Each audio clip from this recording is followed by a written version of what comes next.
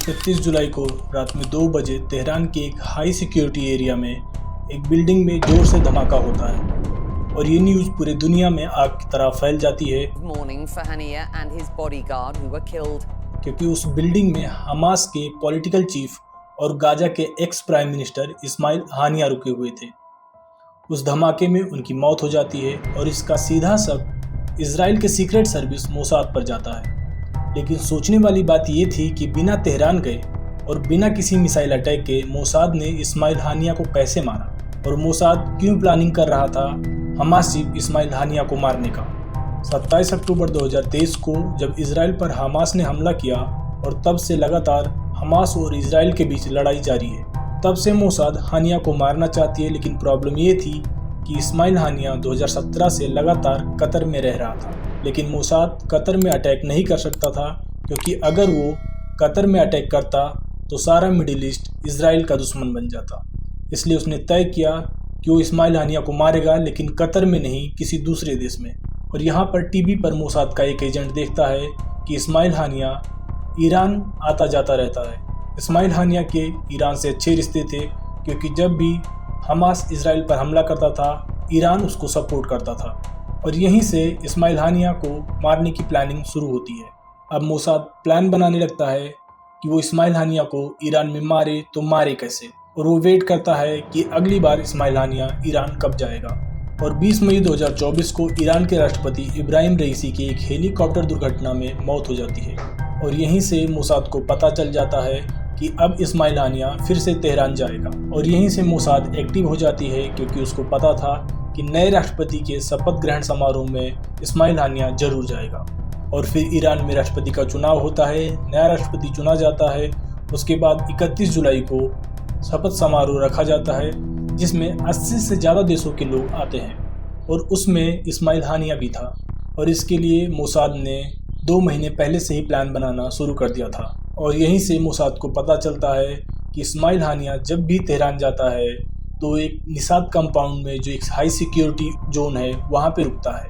और मोसाद ने अपना पूरा प्लान रेडी कर लिया था और 31 जुलाई का वेट कर रहा था। तेहरान में जब भी कोई सीक्रेट मीटिंग होनी होती थी या कोई खास गेस्ट आता था जिस पर ज़्यादा थ्रेट रहता था तो उसे वहीं रखा जाता था जहाँ इस्माइल हानिया हर बार रुकता था।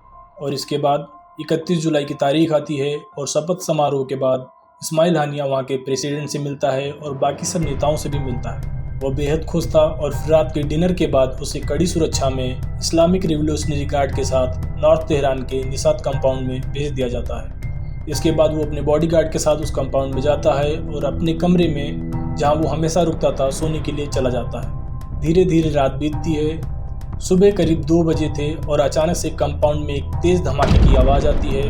वहाँ जितने भी गार्ड थे वो भाग कर आ जाते हैं, लेकिन वहाँ इतना धुआं उठ रहा था कि उन्हें कुछ नहीं दिख रहा था। लेकिन जब वो भागकर इस्माइल हानिया के कमरे में जाते हैं तो देखते हैं कि दीवार ढह चुकी थी और जो खिड़कियां थी उनके शीशे टूट चुके थे। निसाद कंपाउंड काफ़ी सेंसिटिव जोन था, इसीलिए वहाँ पे मेडिकल स्टाफ भी रखते थे।